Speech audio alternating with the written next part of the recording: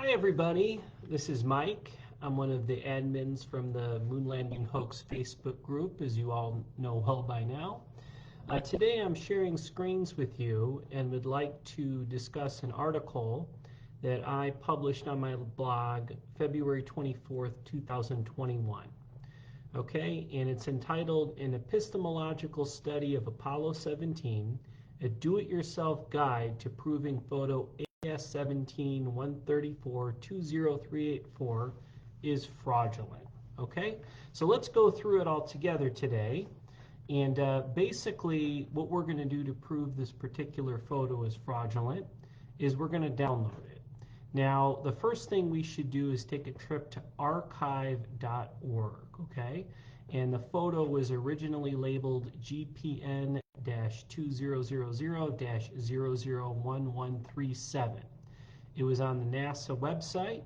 So if we click this archive.org image, we can see here, and I'm sharing screens to show you, that this was added, it looks like December 8th of 2009. It shows the exact hour, 21 hours, 21 minutes in. Came from the Johnson Space Center. This was the tag identifier of the image, and this is where it came from. So GRIN, I've looked that up, that stands for Great Images in NASA.hq.nasa.gov, and it shows the photo. So this is exactly where this archive.org image came from, and you can see the image right here. It's that famous, probably the most famous Apollo photo out there, and it's the image from Apollo 17, which was the last Apollo mission, as we know, to purportedly have sent men to the moon. It's got the flag in there. It's got the Earth. You can barely make out any detail on it, but it shows it up the top there. You can only see the Earth shine from the top. The bottom is in shadow, because obviously that means that the sun, at least supposedly, is beaming light down this way going down. And you can see the Apollo astronaut. Purportedly, photo was taken by Eugene Cernan. I believe this photo is taken of geologist astronaut Harrison Schmitt, it shows, the lunar module pilot for Apollo 17. So Cernan has taken a photo, purportedly, allegedly, as we would say, of astronaut Schmitt right here. Okay, so what happens? We save and we download the image, right? Click there, and we can click and save it. I've already saved it right here, but I'll repeat it again and save it over. So go ahead and do that, and we'll click and we'll save, and boom, replace it. Boom, I've saved it. So you can see that right there. Okay, so now we've saved the image, right? We've established that this was a photo scanned and taken on the NASA website back in 2009 archive. Boom, we got it, okay? So let's examine it a little closer, as I already showed you before. Johnson Space Center, when it was uploaded. So we're proving, we have evidence and digital tags to show, yes, this was a photo that came from NASA's website. Again, we have what it was labeled as and when it was uploaded. Okay, so there's some free software we can use, 29a.ch/photo-forensics, okay? So we're going to click and go to this particular website. Boom, we got it up there. And now we're going to upload that same file, okay? We got it here. We're clicking it. We're uploading it to this photo forensic software.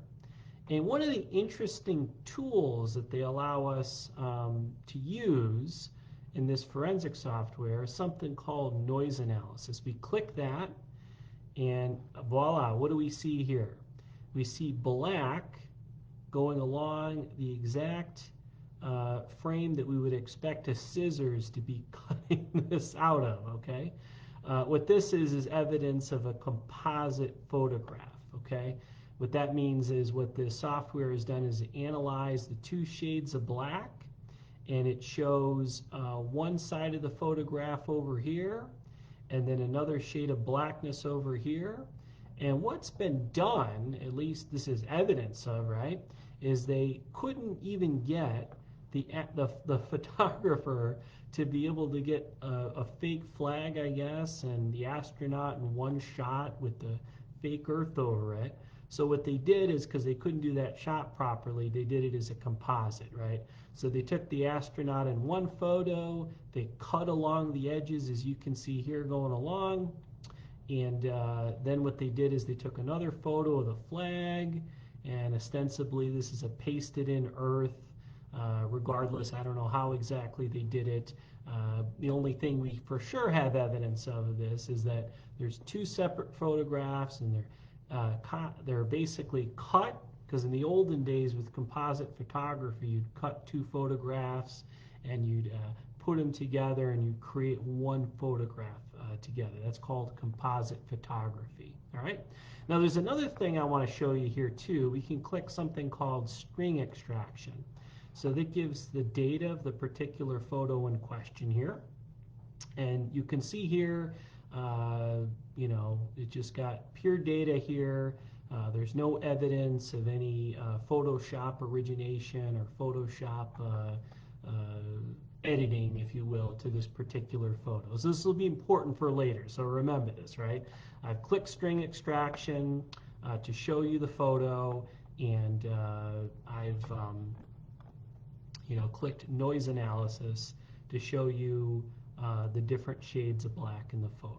Okay, now this is a photo that was taken down from NASA's website. The Great Images in NASA site, as we indicated earlier, has been retired. So what NASA's done is they took down this photo and all their other photos, and they re-uploaded them at a later date. And you can see on my article here, I'm zooming in and showing you the composite photography, and you know, how he took scissors to cut it and make that photo. Okay, so where do you get the Apollo photography now? Now there's a couple different places. Probably the most legit official source we might use is called the Apollo Lunar Surface Journal. Okay, so we can go to that website and we can get the particular Apollo photographs in question, right? So this is what the Lunar Surface Journal looks like. You go to www.hq.nasa.gov/ALSJ, and a lot of great information is on the Apollo Lunar Surface Journal. Now, interesting, it is edited and managed by private parties, although hosted on NASA's website. So you go there, and there's a wonderful disclaimer you can kind of laugh at that you see right when you click on the journal. And I love this. I'm just going to quote it and read it to you. It says here, the journal is, in Neil Armstrong's words, a, quote, living document, unquote, and is constantly being modified and updated. Please don't hesitate to let us know about errors. We want to get it right, but sometimes that can take a while. We would like to thank everyone for their help and patience. You may email the editors concerning typos, factual errors, or with general comments at apollolunarsurfacejournal@gmail.com. Well, isn't that interesting, right? They're qualifying when they have all this Apollo evidence, the videos, which they upload with Real Player. You have to download the Real Player software in order to look at video clips. And then they've got the photos all on this Apollo Lunar Surface Journal you can go to. But the first thing they tell you is that, you know, there might be some typos in here. There might be factual errors in here. And if you want those corrected, you know, email us and we'll correct them. Well, of course, what they're going to do when you do that is dream up some type of excuse if you have fraud. So I'm sure if you were to email this factual error, they would come up with some nonsense excuse as to why the old photo was replaced, which I'm about to get into. But anyway, that's the Apollo Lunar Surface Journal you can go to in order to find the photograph, okay? So going through here, we can click on the part of the Apollo Lunar Surface Journal. I got a link right here to where they discuss the photo. The photo in question is actually AS17-134-23084. What does that mean? AS is Apollo 17. That's the number of the mission. It was the last mission purporting to have sent men to the moon. And if we can purport, or if we can prove rather, that they faked the last mission, well, what does that say about Apollo 16, 15, 14, and then the other ones landing men on the moon allegedly were 11 and 10? What does it say about that if they faked the last one, right? So then 134, AS17-134, that means magazine 134. Then we have 20384, that means the photo number.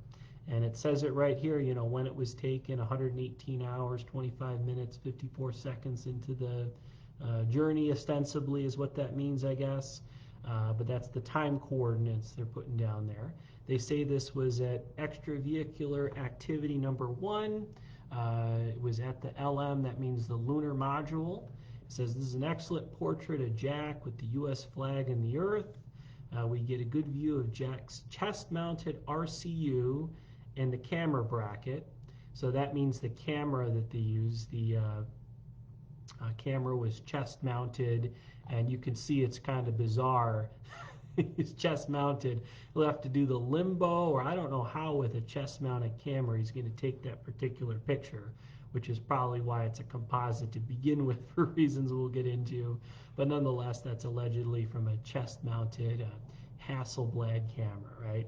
So it says, using the planetarium program Starry Night Deluxe, we see that had cloud cover over the southwestern Pacific, been lighter. Antarctica, or had the cloud cover at the southwestern Pacific been lighter, we would have been able to, Antarctica would have been visible at the left, and Australia would have been coming into view over the top.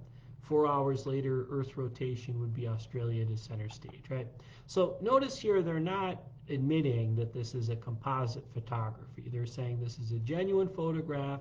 Here's the photo. It's the same photo we download, and we can click it here and get the photo right here. Looks a little bit different, but it's the exact same photo, right? A little bit brighter, you notice, right? So we're going to go ahead and save this image, right? And I've got, you know, an example right here. I've already saved it, as you can see, but I'll save it again. Boom, I'll replace it. Same photo. Okay, so now we got the photo, and what are we going to do? We're going to go back to the same website we did before. Boom, I got it loaded up here. Oops, that's my blog. Let's do that. Oops, I don't know why that's not working. Let's go to the photo forensics website, which I'll find here in just a moment. Let's see, here it is. Okay, so we're going to open file, and we're going to now download this file, right, which I got from the Apollo Lunar Surface Journal. Boom, got it. All right, we're downloading that, and I have noise analysis clicked. Okay, let's start with magnifier. Okay, this is just the regular photo, so it shows it right here. Same photo. We're going to click noise analysis. Notice that the evidence of the composite photography is gone, right? For some reason, you see these different colors, these lines going right across the flag, okay? See some bizarre coloration in the noise analysis here. And then interesting, this is where it gets super interesting, okay? I'm going to click string extraction, and boom, what does it say here? Photoshop. Now notice this particular image has gone through Photoshop, but the one uploaded from NASA's Great Images in NASA website that we looked at earlier, which is this one right here, got it again from archive.org. And the reason we had to go to that is NASA took down the photo. They took down all the photos and they re-uploaded them. Now, this was done up there in 2009, and Photoshop's been around for a while. You know, our trolls will say, well, they just Photoshopped this photo right here just to, you know, brighten it up, but they didn't change any details, right? Well, or, you know, they didn't change anything, but they went ahead and just ran it through Adobe Photoshop for whatever reason, even though they didn't change anything. Well, why would the new version that you can get right now on the Apollo Lunar Surface Journal be in Photoshop file? We can see right here the digital tag, okay? And the original photo, which was uploaded in 2009 when we downloaded that, did not have a digital tag, okay? And I think I screenshot it over here, right? So this is a screenshot I took when I originally wrote this article. Boom, no, you go through the whole string extraction and there's nothing to do with Photoshop over there. Interesting, huh? So I guess that raises some questions, right? And I've got the photos side by side right here. One, the original one, you can see the black frame where they cut out the astronaut. It's evidence of composite photography. And then the new version they replaced it doesn't have that. Isn't that fascinating, right? So I conclude my article by just drawing a comparison here, okay? Let's say your neighbor sends you a photograph of proof that you were on vacation, okay? And proof of where you were on vacation. Proof of where he was on vacation, right? Let's say he went to Paris, okay? And your neighbor then shows you the photograph and you've got proof that it's a cardboard cutout of the Eiffel Tower, and you can prove that for whatever forensic evidence you can with the photograph. And you say, wait a minute, you know, that's a cardboard cutout. And he says, oops, you know, and he runs the photo through Photoshop and he removes evidence of the composite photography or that it's a cardboard cutout of the Eiffel Tower he's with. And then he says, okay, look at this one, right? Well, once he's replaced the photo, does that make it more or less likely in your mind that he actually went to Paris like he claimed to have, right? So anyway, I thought you guys might find this interesting.